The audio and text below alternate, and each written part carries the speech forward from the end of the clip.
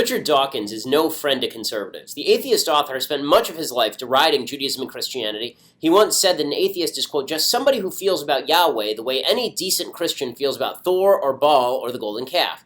Dawkins says that even moderate religious people, quote, make the world safe for extremists. He's far to the left on politics, he's pro-abortion, a supporter of the Labour Party and Liberal Democratic Party in Britain. But he is also smart enough to recognize that radical Islam is a greater threat to human life than Christianity or Judaism. Dawkins explains, quote, I have criticized the appalling misogyny and homophobia of Islam. I have criticized the murdering of apostates for no crime other than their disbelief. Muslims themselves are the prime victims of the oppressive cruelties of Islamism. Such language, of course, makes him a pariah among leftists. This week, Dawkins was scheduled to speak at an event with KPFA in Berkeley, California.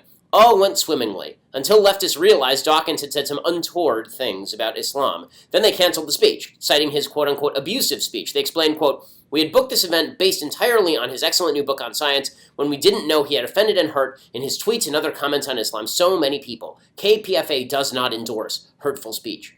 This is no shock. The same left that barred Dawkins from his Berkeley event cheered this week, while Palestinian Arabs riot over metal detectors at the Temple Mount. Those leftists proclaim that the true obstacle to peace in the Middle East isn't Palestinian Arab violence, it isn't Palestinians who stab Israeli Druze police officers on the Temple Mount, or Palestinians who invade homes and slaughter old men and women, or the Palestinians in government who cheer, honor, and financially support such behavior. Nope. The problem is the Jews. The same left that blames metal detectors for murderous assaults and Richard Dawkins for offending Islam makes excuses for radical Muslim and Women's March organizer Linda Sarsour, who has called for apostate Muslims to have their genitals removed, who says that Zionists cannot be feminists, and who stands up for terrorists and terror supporters. So, why does the left seek to support radical Islam so ardently? Well, because the left believes that the quickest way to destroy Western civilization is no longer class warfare, but multicultural warfare. Simply ally with groups that hate the prevailing system and work with them to take it down. Then the left will build on the ashes of the old system. In this view, Dawkins is an opponent. How can the left recruit Muslims to fight the same system if Dawkins is busy alienating them? They support the Palestinian terror regime. How can that colonialist outpost, Israel, be defeated without a little blood? They applaud Sarsour. She's an ally, so that means she must be backed. Alliance with nefarious forces calls your own morality into question. KPFA has a lot more to answer for than Dawkins. But the left will never have to answer such questions so long as they focus in on their common enemy, a supposedly conservative establishment that must be fought with any tool at their disposal. I'm Ben Shapiro. This is The Ben Shapiro Show.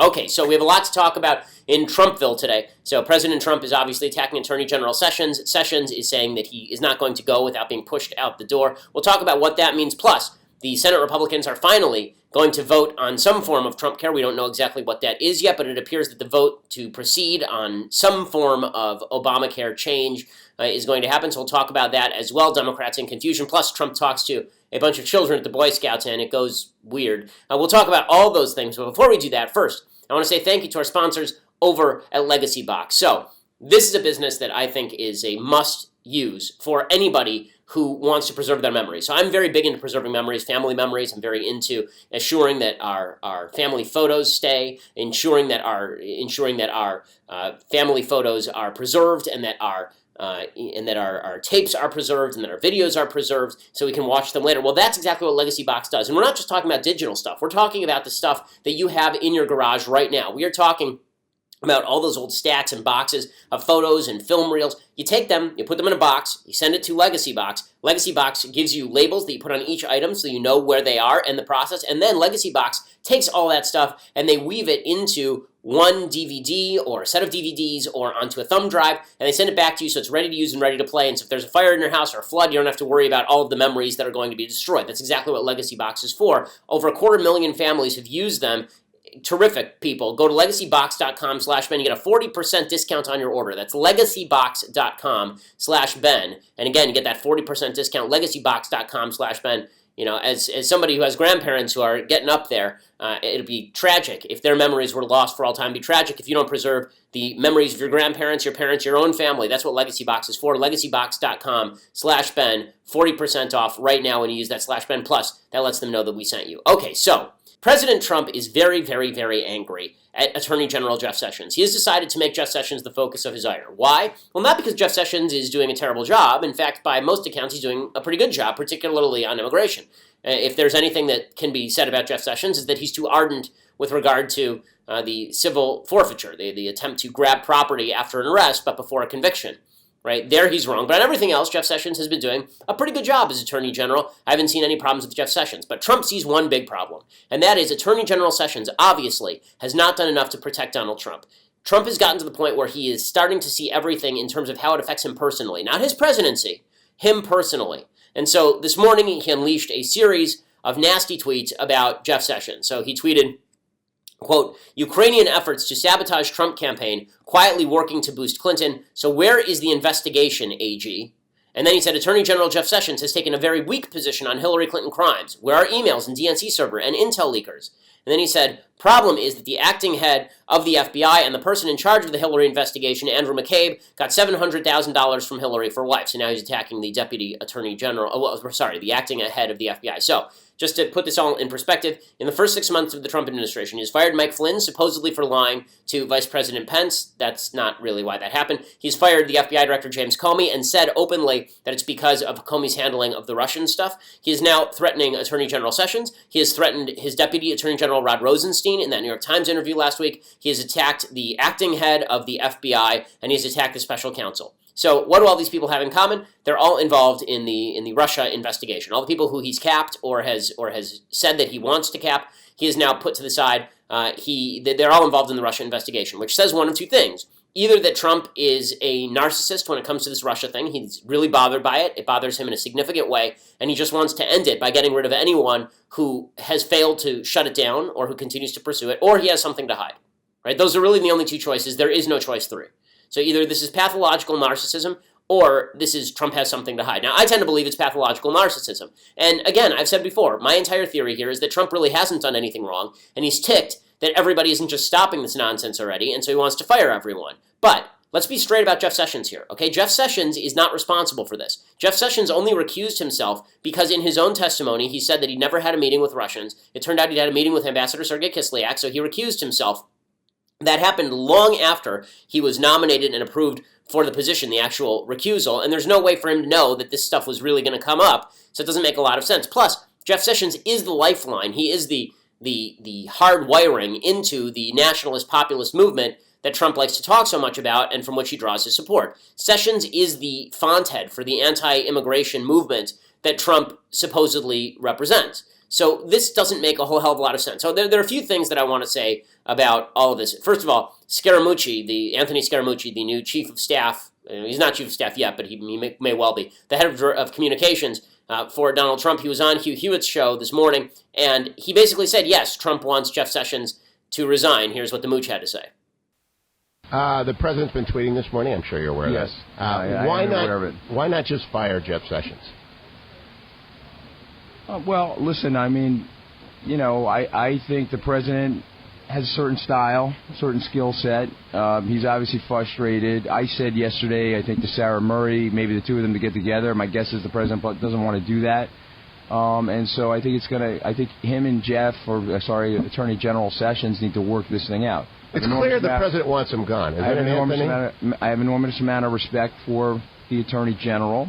But I do know the president pretty well, and if there's this level of tension in the relationship that's public, you're probably right. But I don't want to speak for the president on that because he's a cabinet official, and I sort of think that has to be between the president of the United States and the cabinet official. So Scaramucci says, I don't know what he's going to do, but yeah, he sort of should go. So there are a bunch of questions here. Number one is why Trump doesn't just fire him. There's a rumor today that Trump was doing this just because this is what Trump does, meaning that he got rid of Comey in the most humiliating way possible. He fired him while he was on the West Coast speaking to a bunch of FBI cadets, and then he saw it on TV. So now he's doing the same thing to Jeff Sessions. Again, the problem here is that Sessions himself is pretty popular with the right wing of the Republican Party, especially because of immigration issues, and that reputation is well-deserved. So let's talk about some of the problems here. Number one, President Tough Guy McBallsy over here, if he's going to fire Sessions, he should just fire Sessions. So he made his entire career on I'm going to fire people, but instead he's giving Sessions the runaround. Why? Because he wants Sessions to resign. He wants Sessions to do it on his own. He doesn't want to fire Sessions because for some reason Trump thinks that if he openly pressures Sessions to quit and then Sessions quit, the blowback won't come back to Trump. That somehow Sessions will be blamed for that. I don't know where he's getting that idea, but it's foolish. If Sessions quits at this point, no one's going to blame him. Everybody's going to blame Trump. Second point, it's a very dangerous precedent that's being set by the Trump by the Trump White House, and that is that if you are not obsequious enough to President Trump, or if you don't spend your entire career capital trying to support President Trump in every single way, then he should throw you out. Scaramucci said something else in this Hewitt interview. He said, Eric Holder acted as a goalie for President Obama. We need somebody who's going to act as a goalie for President Trump. Okay, that's really not the job of the Attorney General, and just because Eric Holder did the wrong thing doesn't mean that Jeff Sessions should either. Scaramucci, of all people, shouldn't be talking about this, considering he tweeted just a few months ago that he was in favor of Sessions recusing himself. But this kind of nasty tenor that's come to the Trump White House, which is, if you don't scrape and bow before Trump obsequiously enough, then he's going to behead you, Joffrey style. Really, really unpleasant, right? Sean Spicer wasn't just ousted, he was humiliated. Trump refused to take him on that tour of the Vatican, even though Spicer's a lifelong Catholic, very ardent Catholic, and wanted to meet the Pope, and Trump left him behind. Yesterday, Trump was speaking to the Boy Scouts. He brought virtually all of the Eagle Scouts in his administration to this event. He left Jeff Sessions at home. Okay, third point here, Trump right now is supposed to be pushing healthcare, and we'll talk about Trump pushing healthcare in just a minute. Immediately after he tweeted all this stuff about Jeff Sessions, he fired off a bunch of tweets. He tweeted, "Big day for healthcare after 7 years of talking. We will soon see whether or not Republicans are willing to step up to the plate. Obamacare is torturing the American people," etc., etc. Well, that should be the entire messaging of the day, should it not? And that way, when the Senate votes, as it did, I believe, to proceed, on a motion to proceed on some form of Trumpcare bill, then he can claim victory. He can say, look, it was me, right? Instead, all the headlines today are going to be about Jeff Sessions, and that is Trump's own fault. That is Trump's own fault, and there's no way to escape that. Okay, another point here, and this is the big one, I think, and the reason that you're seeing a split among conservatives about Trump doing this stuff. Like, there wasn't a big split among conservatives about Trump firing Comey. I said that Trump should have fired Comey. I was fine with Trump firing Comey. I just thought that his excuse for doing so was stupid and problematic. But firing Comey itself, I didn't see any problem with. Firing Sessions, a lot of people, including Breitbart, which has been a cheerleader for Trump all the way through, Brit Hume, who really likes Trump on Fox News, all the people on the right are now saying Sessions is a bridge too far. There's a reason for this. And the reason for that is that Jeff Sessions is a deeply conservative guy when it comes to immigration. So, story time. Okay, a few years back, I think it was about 3 years ago, there was a Horowitz Freedom Center event. And this Horowitz Freedom Center event essentially included a dinner. And after the dinner, there was a late night drinking session. It was basically a bunch of people hanging around. By the end of the night, the only people who were hanging around were me and Jeff Sessions and a bunch of me, Jeff Sessions, Stephen Miller, and Coulter. That was the entire drinking session. Right? It was 4 of us, and we were sitting around. The only topic that was discussed the entire evening was immigration, and it was very clear that this was the working group for what would become the Trump administration. In fact, later, Steve Bannon, my former boss over at Breitbart, would apparently commission a white paper in 2015 from Coulter and Miller at that time was an aide to Sessions, for an immigration policy. And so a lot of the ideas that made Trump president, a lot of the immigration ideas that made Trump president came directly from Jeff Sessions. In fact, Jeff Sessions said to me at the time, at this dinner, he said that he was looking for a candidate to support in the Republican race who would embrace his immigration program. Trump was that man. In fact, Sessions was one of the first people on board with this whole thing. Sessions is one of the first people to endorse Trump, right? Much earlier than anybody else. And now, Trump is turning around crapping all over him because he doesn't like what he's doing on Russia. What's happening right now is basically everybody who wants policy inside the Trump administration is being sidelined in favor of people who show personal loyalty to Trump. So, Spicer, who wants policy, out. Reince, who wants policy, sidelined. Bannon, who wants policy, sidelined. Sessions, who wants policy, sidelined. Right, all the people who actually want conservative policy currently are being sidelined in favor of Jared and Ivanka, personal loyalty to Trump, Scaramucci, personal loyalty to Trump, Gary Cohn, personal loyalty to Trump. A lot of people who are really Democrats who have a lot of personal loyalty to Trump, and Trump is surrounding himself with those people. Getting rid of Sessions would be a disaster area because that basically means the only person he's going to appoint as Attorney General is somebody who's going to vow to fire to him, who's going to vow to fire the special counsel. If the special counsel is fired, you're going to see all hell break loose in Washington, D.C. It doesn't mean impeachment, at least not right now. It does mean that you're going to see a lot of kickback from Senate Republicans, and Trump's agenda completely stalls. Final point on the Sessions thing, and then I want to talk about some other topics. President Trump, in this tweet storm about Sessions, once again, he uses Hillary Clinton as his excuse. I grow tired and weary of this routine. Okay, Hillary Clinton was vanquished by President Trump. Thank you, President Trump. Thank you for that. We don't have Hillary Clinton as our president, and for that, I'm eternally grateful. Now, she's gone. Stop it. Enough. Okay, she's not important anymore. Okay, the fact is that you're not angry with Jeff Sessions because of Hillary Clinton. Just like you weren't angry at FBI Director Comey over Hillary Clinton. This is all just red meat for rubes, okay? People who believe that President Trump is actually angry at Jeff Sessions over Hillary Clinton, that's nonsense, okay? It was President Trump who instructed Jeff Sessions and everybody who's investigating to leave the Clinton family alone back in December. This is public, okay? There was no secret about this. So this notion that he just throws out Hillary Clinton's name and we're all supposed to just bow before his wishes, it's really silly, okay? Hillary has nothing to do with this. Hillary may well deserve to be prosecuted. I'd be fine with prosecuting Hillary Clinton, although it'd be very difficult now that Trump has basically tainted the entire jury pool of the United States. But, I'm fine with that. But to pretend that that's what this Sessions thing is about, that is just an excuse. Everybody knows that the real thing that's happening here is he's ticked that Sessions won't act as his shield on Russia, and so he's acting out against Sessions. This is a pretty stark litmus test for a lot of conservatives. Are you going to stand with the president getting rid of an actual conservative on his key issue, immigration, inside his cabinet for no reason other than personal pique? There is no other reason. It's just he's mad, okay? Are you going to stand with that because Trump? Or are you going to say, Mr. President, you want to get good policy done? We do too. You want to see this Russia investigation thing come to a good close? We do too. You can't fire the Attorney General who helped get you there and who has been the stalwart on the key issue in your campaign. Again, this is not me saying this alone, okay? This is even his greatest allies, like Breitbart, are saying this sort of thing. So, this is not anything new. But again, I think that it goes to a character problem that Trump has, and that is that he's so ensconced in his own narcissism. He's so pathologically narcissistic that he's willing to fire even the people who are his friends. Right? The only friends he has left are family at this point, and that's really not a good way to run the operation. Sessions, for his own sake, he says, I'm not leaving. He says, if Trump wants to fire me, he's going to have to fire me, which, by the way, is a good conservative move. Okay, if Trump wants to own this, let Trump own it. Don't let him off the hook. Make Trump fire Jeff Sessions. We need Jeff Sessions in place, not for civil asset forfeiture, but we need Jeff Sessions in place for immigration. We need Jeff Sessions in place for application of the law. We need him in place to strengthen the police. There are 1,000 reasons that Jeff Sessions at AG is a good thing for the conservative movement, but him being forced out by Trump is just a disaster. Okay, so I want to talk about Trump at the Boy Scouts, which is actually more hilarious than it was upsetting. The left is very upset about this. I want to talk about why I was laughing at it, but first, I want to say thank you to our sponsors over at Mack Weldon. So, Mack Weldon is better than whatever you are wearing right now. They make undergarments, they make underwear, socks, shirts, undershirts, hoodies, sweatpants, all the comfort wear that you actually spend most of your life in when you're not at the office, and even when you're at the office, considering underwear and socks. That's what Mack Weldon puts you in, and it is just high-quality stuff. They have a line of silver underwear and shirts that are naturally antimicrobial, meaning they eliminate odor, and they want you to be comfortable, so if you don't like your first pair, you can keep it, and they'll still refund you, no question asked. They look good. They perform well, too. One of my pet peeves about underwear is that underwear wears out incredibly quickly, and depending on how many times you put it through the wash. I've had Mack Weldon underwear, pairs of Mack Weldon underwear for months now, and they are exactly the same as when I bought them new. They are just fantastic. Mack Weldon, check it out, MackWeldon.com, and get 20% off your order using promo code Shapiro. That's SHAPIRO. Mack Weldon is spelled MackWeldon. MackWeldon.com. Get 20% off using that promo code Shapiro. Again, the best stuff, the best underwear, the best socks, shirts, undershirts, hoodies, sweatpants in the business.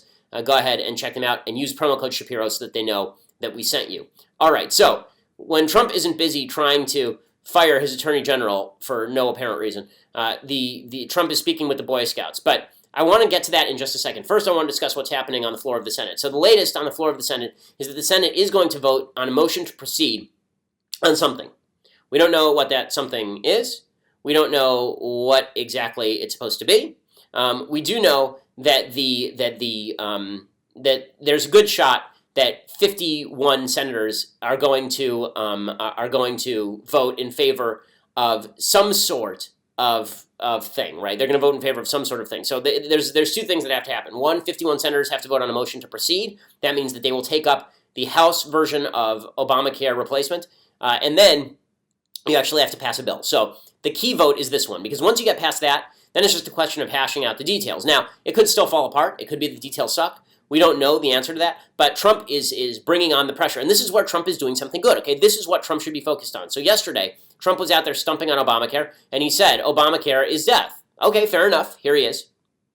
President Trump using the power of his presidential bully pulpit against the backdrop of the Blue Room and the faces of what the White House calls the victims of Obamacare. It was a big, fat, ugly lie. With doom and gloom declarations, the president railed against the law of the land, not surprisingly swiping at Democrats. They run out, they say death, death, death. Well, Obamacare is death. Okay, so that's fair enough from President Trump, and he was pushing very hard. He was complimenting Senator McCain, who he's not always been warm with. Senator McCain just showed up on the Senate floor and gave a speech that is being hailed by a lot of people with regard to President Trump and with regard to the Republican handling of Obamacare in the House or in the Senate. And I'm sure we'll have more clips of that tomorrow for you because it's sort of a big moment. Trump also is attempting to push senators. He says the senators who don't vote for whatever this is, we don't know what this is yet, but who don't vote for this, own Obamacare. Here's his push. They want to forget about the countless Americans they've hurt and the many that they are continuing to hurt every day by refusing to help us replace Obamacare. For the last 7 years, Republicans have been united in standing up for Obamacare's victims. Remember, repeal and replace, repeal and replace.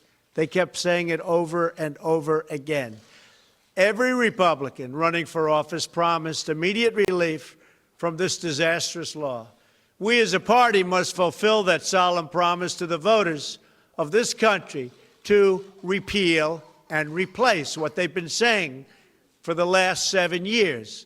But so far, Senate Republicans have not done their job in ending the Obamacare nightmare. Okay, so Trump putting the pressure on his fellow Republicans in the Senate. McCain basically called for bipartisanship. And we will see if he votes in favor of the motion to proceed. So we'll give you all the updates on that as it comes in. Trump is doing the right thing in putting pressure on the Senate to take this up. The big question is going to be, what's in that bill? What's in that bill? It is not sufficient just to pass any bill. And I know that you're going to hear a lot from Republican partisans today saying, well, they have to vote for something. Okay, well, it depends on what the something is. Do you want to own Obamacare and put the GOP stamp of approval on it? Right now, what they're talking about is something they're calling skinny repeal, okay, which is, again, just their branding effort is spectacular. Skinny repeal would apparently be getting rid of the individual mandate. I don't think it reinforces the new version of the mandate, but getting rid of the individual mandate, getting rid of some of the taxes, getting rid of the employer mandate. So it gets rid of the funding mechanism for Obamacare, in other words. That would exacerbate the death spiral, and then the Republicans would have to come up with some new legislation to deal with the fallout from that. Which presumably they would do in another bill after they pass this one. So that's not a terrible strategy as far as it goes. But we'll talk more about that. Plus, Trump spoke at the Boy Scouts, and it was pretty hilarious. We'll talk about that in just a second. But for that, you're going to have to go over to dailywire.com and subscribe. For $9.99 a month, you can subscribe to Daily Wire. Yes, you, the person listening right now. We are a video show. You can watch the show, see the clips, see my faces of bemusement and amazement about politics. And not only that, you get the website ad-free. You get to be part of the mailbag. We will only answer your questions if you're part of the mailbag. You can be part of Andrew Klavan's podcast as well. And Michael Knowles, God help us, has a show coming out as well that you can be a part of that comes out next week. All of that when you get your subscription over at Daily Wire. If you want the annual subscription, which is what I recommend, you also get a magnificent, unbelievable tumbler. It is so precious, I had to leave it in my studio at home. I could not bring it with me because it is too precious to carry with me. It must be left in a guarded vault where we have 3 security guards so that the Joker doesn't steal it. It says Leftist here is hot or cold. You get that for free when you become an annual subscriber for just $99 a year. So go over and check that out over at dailywire.com. You want to listen later, go to iTunes or SoundCloud. Subscribe, leave us a review. We always appreciate it. We are the largest conservative podcast in the nation.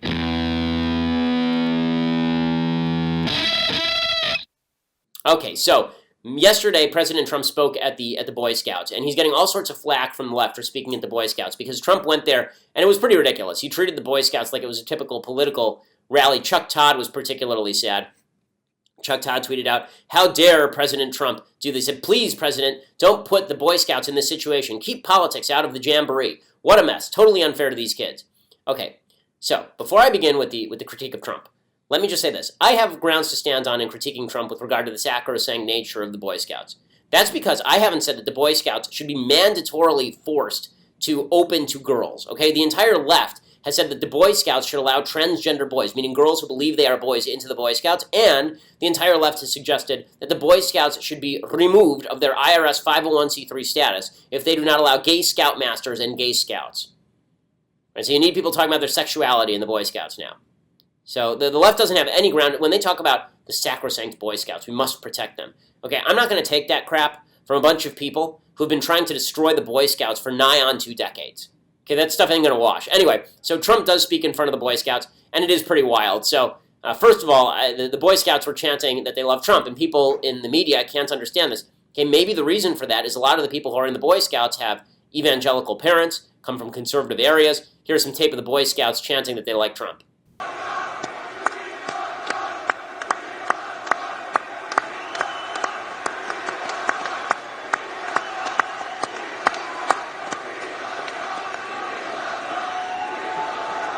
By the way, just a question. Did President Obama ever come to a jamboree? Okay, so there's Trump being Trump, doing his rally routine, going out there and politicizing. He can't just accept the praise. He has to rip on President Obama at the same time. Then, it is really funny, he says to Tom Price, who's Health and Human Services Secretary, this is in front of a bunch of children, okay? There's people who are aged 12 to 18, that if Tom Price doesn't get the votes on Trumpcare, then he'll fire him, which is it's just great to threaten to fire everyone in your cabinet in the same week. Good process here. By the way, you going to get the votes? He better get them. He better get them. Oh, he better. Otherwise, I'll say, Tom, you're fired. I'll get somebody. Okay, so he threatens to fire him, and then he threatens Jeff Sessions. So this is really kind of garbage. This is, a garbage way to act. So it's a bunch of children, remember? And President Trump just shows up, and Jeff Sessions is an Eagle Scout, by the way, right? Not invited to this, right? All the other Eagle Scouts are there, not Jeff Sessions. And he implies that Jeff Sessions is disloyal to him. Okay, so he's reading the Boy Scout oath. Okay, the Boy Scout oath is sort of the opposite of Trump's personal creed of duty. And so he starts reading it, and he just breaks in the middle to make a snide reference about Jeff Sessions. Unbelievable. Great Boy Scouts become great Americans. As the Scout law says, a Scout is trustworthy, loyal. We could use some more loyalty, I will tell you that. Okay, and then the rest of the crowd continues on with the oath because they all know the oath. I love that he's ripping Jeff Sessions in the middle of that. It's pretty amazing. So, well done. Just well done. By the way, breaking news from the Wall Street Journal. Trump is now saying to the Wall Street Journal that Sessions, who's the only senator to endorse him in the primaries, did so because of big crowds, not loyalty, which is insane, okay? I know Senator Sessions. That's absolute garbage. And here is Trump ripping him in front of a bunch of children. The best moment of this was where Trump, who legitimately at this point is starting, like in front of a bunch of kids. If I were a kid, this would sound like my daughter and grandfather, drunk around the campfire, starting to tell a story about the old days. Here is Donald Trump telling children, remember, these are kids, a story about life and developers in New York City. What in the world? And he said, yes, I would. He so badly wanted. He got bored with this life of yachts and sailing and all of the things he did in the south of France and other places. You won't get bored, right? Truthfully, your workers, you'll get bored too, believe me. Of course, having a few good years like that isn't so bad.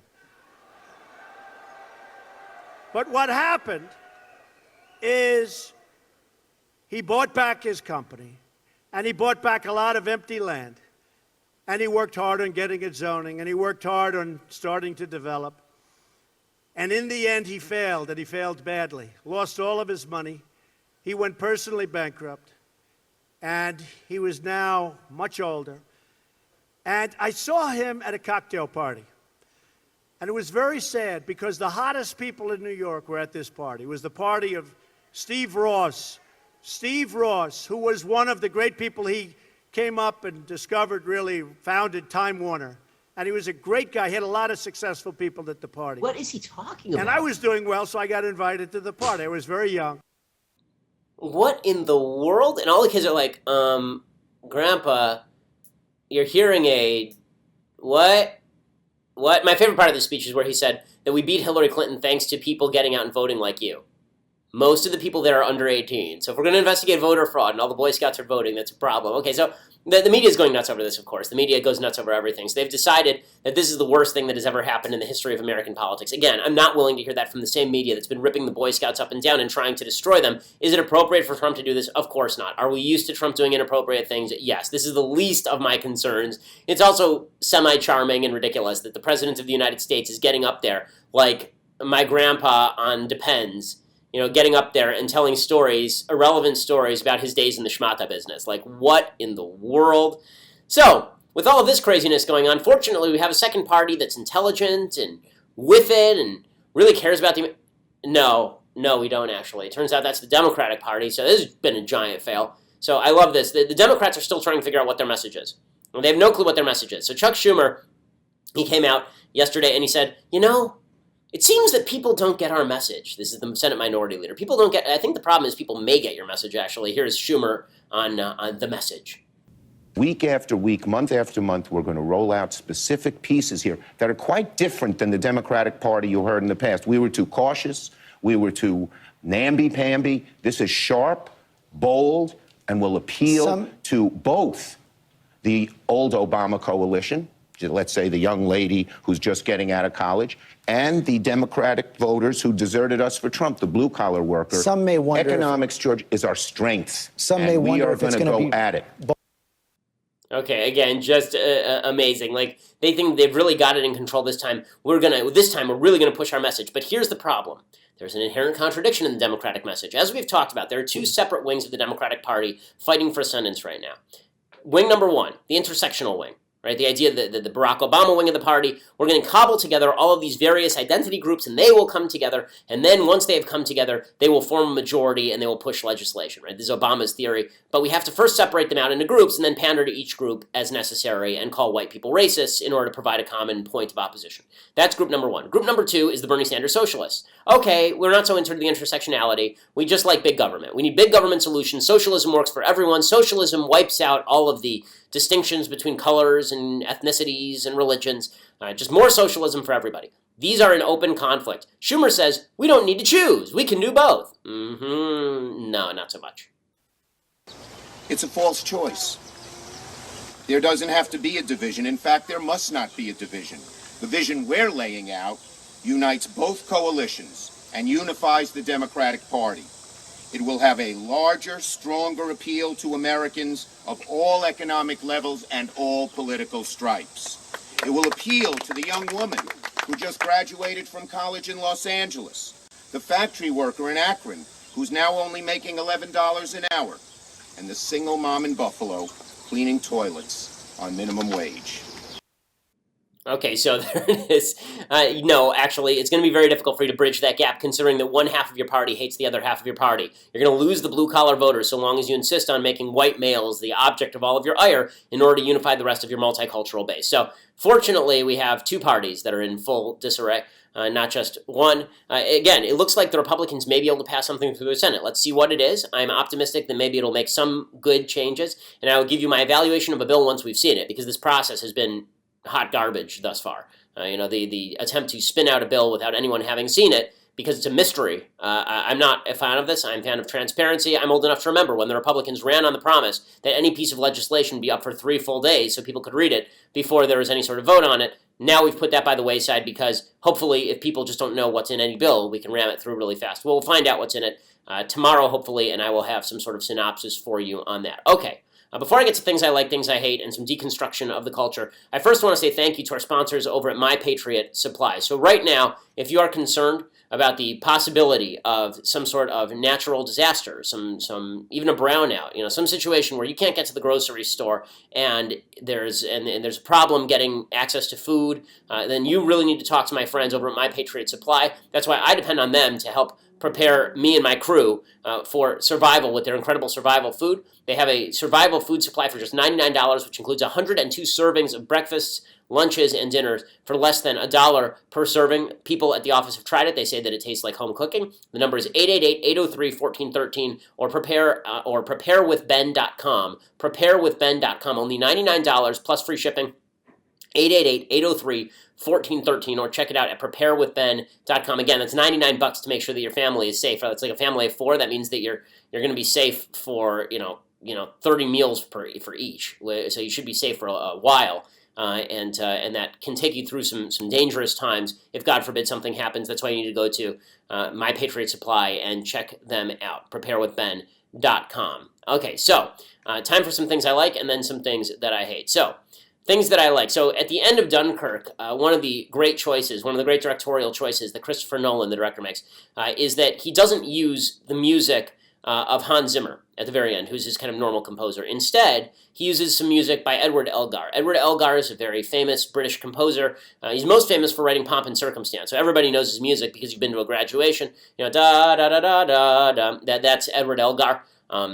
Very famous music. So I wanted to do today some music that's used in movies that is not actually movie music. It's actually just classical music used in other movies. So this is most famous for being used. It's been used in a bunch of movies, but it's most famous for being used in Platoon, in the scene where Willem Dafoe's character is being shot. You hear this come over the soundtrack. It is Samuel Barber's Adagio for strings, one of the more beautiful pieces ever composed, and here's what it sounds like.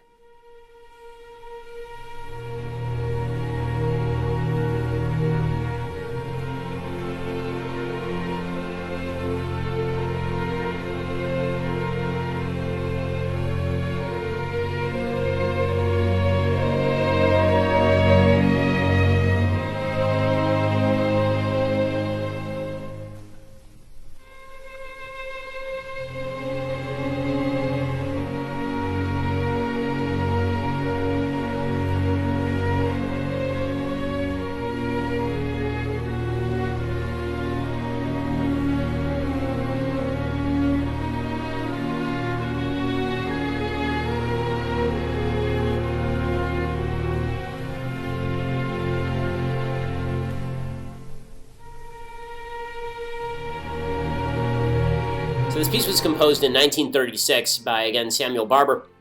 It was played on the announcement over radio that FDR was dead. It was played when it was announced that JFK was dead on television. It was played. It's appeared in just a ton of movies. The Elephant Man, Platoon, Lorenzo's Oil. Yeah, I thought it was in Lorenzo's Oil.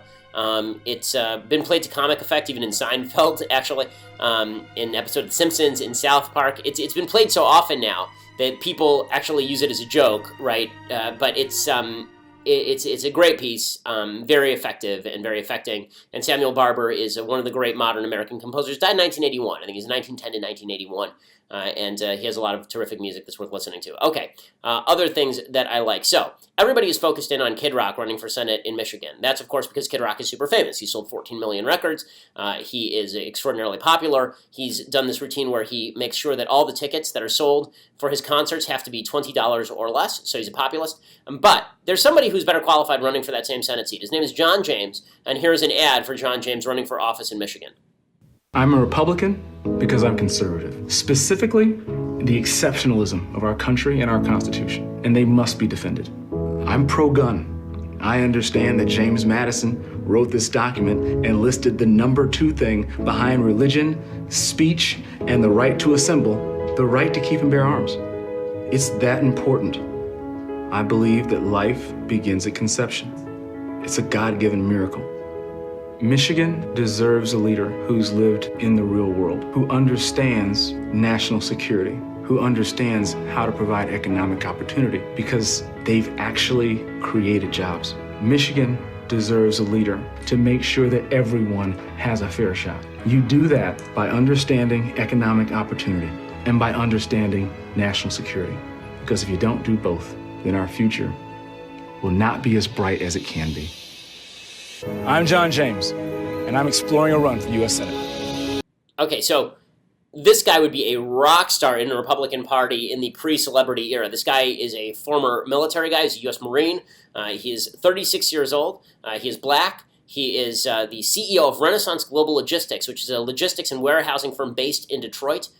He's basically the perfect candidate, right? I mean, he's articulate and as Joe Biden might say, bright and articulate, but obviously he's a smart guy with a terrific record and just a great I mean, we're doing an interview with him over at Daily Wire. You should check it out. We need more candidates like that. We need more Congress people like that. I understand the thrill of celebrity, and I understand why everybody's interested in celebrity, but I mean, come on, folks. At some point, we're going to need to actually nominate people who have a deeply conservative streak, who know what policies they care about, and who have a history of running businesses and dealing with communities. Celebrity politics is not my bag, and I'm getting kind of tired of it. Okay, other things. Okay, so let's do some one quick thing I hate, and then we'll get to deconstructing the culture. So the thing I hate this week is that every day on Huffington Post, there is some insane thing where somebody does something crazy or insane, and then Huffington Post says, this person is crushing a stereotype by doing a crazy thing. So here's what it is this time. Okay, Barcelona-based Cinta Tortcartro uses paint and glitter to highlight parts and functions of the body women have been conditioned to feel ashamed of, like stretch marks and menstruation. So now, if you have a stretch mark, she's painting it. She uses a vibrant rainbow of colors to highlight stretch marks on the skin and to show the beauty of menstruation on underwear, sanitary pads, and tampons. She told Pop Sugar it started with her own journey towards self-love. Hey, anytime anyone has to tell you about their journey towards self-love, they're a jerk. Okay, like, I don't want to hear about your journey towards self-love. It's your business, not mine. Not interested. It says, I have not always felt comfortable with my period and stretch marks, she said. TMI, gang. Well, when did this phrase TMI go out of style? Because I sort of like it, this TMI phrase. It says, overall, I have not always felt secure with my body. Over the years and after internal reflection, I saw that if I did not accept anything about my body, hair, stretch marks, I could never love or accept me. Really? Why? Why can't you love or accept you with your flaws? Or do you have to love, why can't you love like certain things about your body but not other things? Like, if we all loved being overweight, we'd all stay overweight. I'm not saying that you should like cultivate a hatred for your own body, God forbid, but I don't know why you taking pictures of like the parts of yourself that nobody really wants to see is a beneficial thing. Why that is a worthwhile thing to do. She paints underwear and she paints stretch marks, and it says you'll never look at your body the same way again. And they say, so. Then there's a picture of a sanitary pad with glitter on it, and it says, so beautiful. That's also what happens when my 3-year-old daughter gets a hold of the sanitary pads and takes it into her craft room. So I'm not sure why this qualifies you to be some sort of artistic genius, but everything must be cheered now, up to and including bodily functions. I'm looking forward to the male response, which is painting your poop. That'll be really fun. Painting your bowel movements, painting your beer belly. I have never felt comfortable with my beer belly, but now I have painted it all the colors of the rainbow and given it a frog mouth. Okay, time to deconstruct a little bit of culture. We need to leave that behind and move on with our lives. Time to deconstruct the culture. So, one of the things that's been bugging me this week is that all of these actors are now suggesting that it is very, very, very, very important that movies that are aimed at children and entertainment pieces contain all sorts of political messaging. So, yesterday, the lead voice actor for the Emoji Movie insisted that the movie is a very, very important way of fighting President Trump's administration rather than just a film about talking faces, according to Alex Griswold over at the Free Beacon. He's talking with the Huffington Post. He trashed his coworkers on Silicon Valley, which is a show that I think is hilarious. He said, right before the election, I asked, how much money did you donate, you Hollywood elites? How much did you donate to Hillary Clinton's campaign? And everybody in the cast said nothing. They hadn't given $1. Maybe because she's the worst candidate in American history. Miller said, however, he's very much on board with the Emoji Movie. He said, how rare is it we get an opportunity to do an original property, right? There's an opportunity to do something optimistic, positivistic. And, we have very few weapons in the current administration, and one of them is to target a younger demographic and try and help them understand and adopt progressive values. The movie has a lot to say to women, how they have limitless potential, and one of the characters literally breaks through a glass ceiling. Okay, this is a movie I won't take my daughter to see. I don't want to see your political messaging, TJ Miller. I'm not interested in what Hollywood thinks my child ought to see. I'm interested in what I think my child ought to see. She's my child. You don't know her. You don't care about her. I do. So it's my job to determine what my child should see. And you messaging in the Emoji Movie is not going to forward the ball at all in American politics. You want to know what made Trump? This is one of the things that made Trump, is the incessant attempts by the left to infuse every single damn thing with politics. Everything has to be infused with politics, up to and including a stupid movie with poop emojis played by Patrick Stewart. You wonder why Hollywood is going to the dogs? This is one of the reasons. You want to know why people are seeing superhero movies right now? Because they don't want to be hit with your stupid messaging. You want to know why Dunkirk did great business, besides being a very good movie? It's because there is no political messaging in Dunkirk. And no matter how hard the left tried, they couldn't find political messaging in Dunkirk. And so people were willing to go see it. So we'll go see Spider-Man, or we'll go see Marvel movies, or we'll go see DC movies. We'll go see all of these superhero movies because we're not expecting to be sucker punched. But we know that if we go see a serious drama, there's at least a 35% chance there's going to be some backhanded slap at Trump or conservatives or Republicans in there.